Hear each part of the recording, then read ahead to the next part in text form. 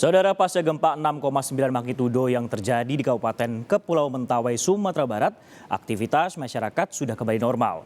Masyarakat sudah kembali ke rumah setelah sebelumnya berlindung di pengungsian.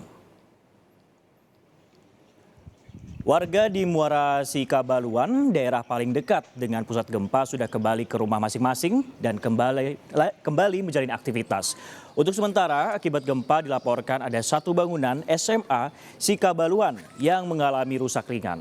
Hingga saat ini belum ada laporan korban jiwa akibat gempa yang terjadi pada Selasa dini hari itu. Jadi semua masyarakat sudah kembali ke rumah masing-masing. Sebelumnya gempa bermagnitudo 6,9 mengguncang Kepulauan Mentawai, Sumatera Barat. BMKG sempat mengeluarkan peringatan dini tsunami. Gempa magnitudo 6,9 mengguncang Kepulauan Mentawai, Sumatera Barat dan sekitarnya pada Selasa pukul 3 pagi tadi, saudara. BMKG mengeluarkan peringatan tsunami sesaat setelah gempa ini terjadi. Peringatan tsunami dengan status waspada untuk Pulau Tadabala, Nias Selatan, Sumatera Utara. Peringatan tsunami berlaku 2 jam dan berakhir pada pukul 5 pagi ini. Bahwa seluruh masyarakat Nang Nang sudah